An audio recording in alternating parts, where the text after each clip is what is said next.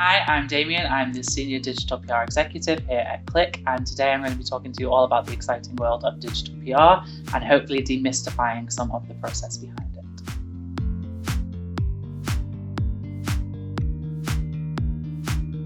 That's a really interesting question, actually. So it's hard to define what PR is because actually PR has been around for over 100 or so years now, even further. So PR stands for public relations, and it's essentially classified as a strategic communication between a brand or an organization and its publics. So that can be the consumer, it can be stakeholders, it can literally be anyone that has a vested interest. The reason I say it's difficult to kind of define is because one of the earliest examples we have of PR in the traditional sense comes from the American Revolutionary War, and they used to send out pamphlets basically promoting one side or the other. It wasn't called public relations at the time, but it is what we now consider PR.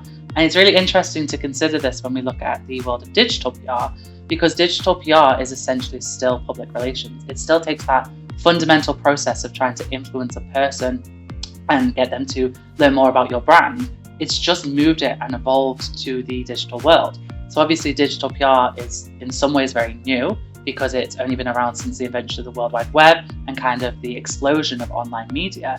But in some ways it's also really old because it still carries on those fundamental lessons that we learned hundreds of years ago on how to influence people.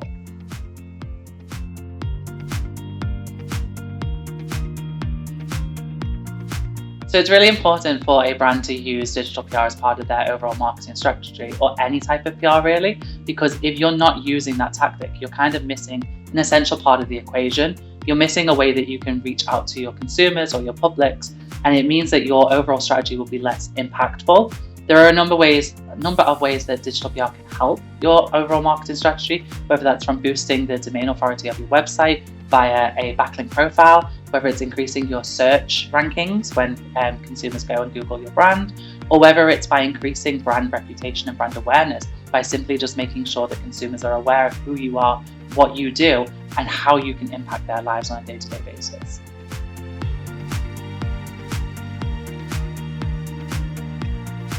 That's really interesting because there is no such thing as a typical digital PR strategy, because digital PR is all about making sure you can strategically communicate with your publics or your consumers. The way that you do that can be really varied. It can be through press releases with traditional media. It can be through liaising with bloggers to create content, unique content on their sites. It can be through influencers, which is really popular at the moment. But as long as you're communicating with the public, that is the typical way to do digital PR.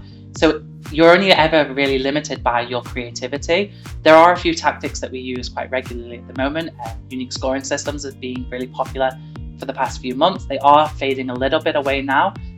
We are seeing this kind of replaced with more light and fluffy approaches. Even here at Click in the past few months, we've had a lot of success with some of our clients using brain teasers, which is a really simple way of just getting our clients in front of the consumer and the media that they digest on a regular basis without actually really saying very much.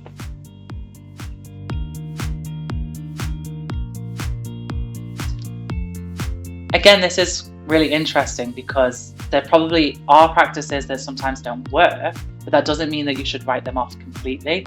It is about finding the right way to communicate and the right way to approach that stakeholder or that consumer.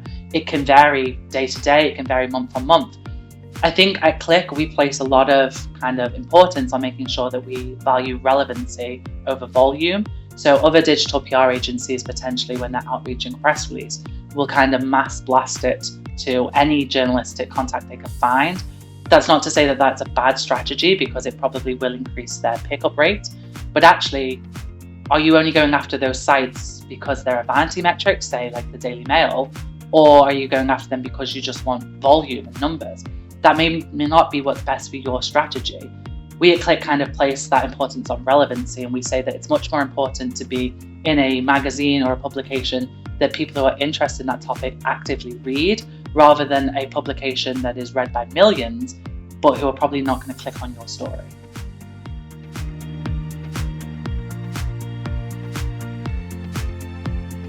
So keeping up with trends is kind of really important, obviously, with what we do day to day. As I say, traditional PR and PR in and of itself is hundreds of years old, but it is constantly evolving. The advent of the digital world has meant that we kind of had to keep pace. And you can see it yourselves every single day.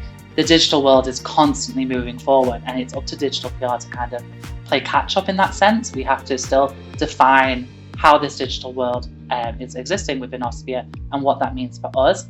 So essentially, it is a lot of research. You have to stay on top of trends, whether that is through living and breathing your client's vertical and making sure that you're subscribed to any publications that are relevant to them, staying up to date with the industry media as well, making sure that you have a strong presence on Twitter, following other journalists or following other PR people, just so that you can see what other agencies are doing and what is happening within your sphere, so that you're never falling too far behind when you're playing catch up.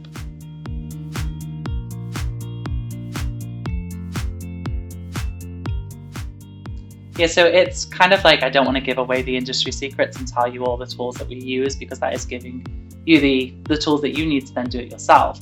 But a few that we do use that are quite noticeable are Response Source, which is a tool that journalists use to send out queries or to say that they're working on a story and they need maybe an expert opinion from your client, or they need data, which one of your campaigns may have covered in the past.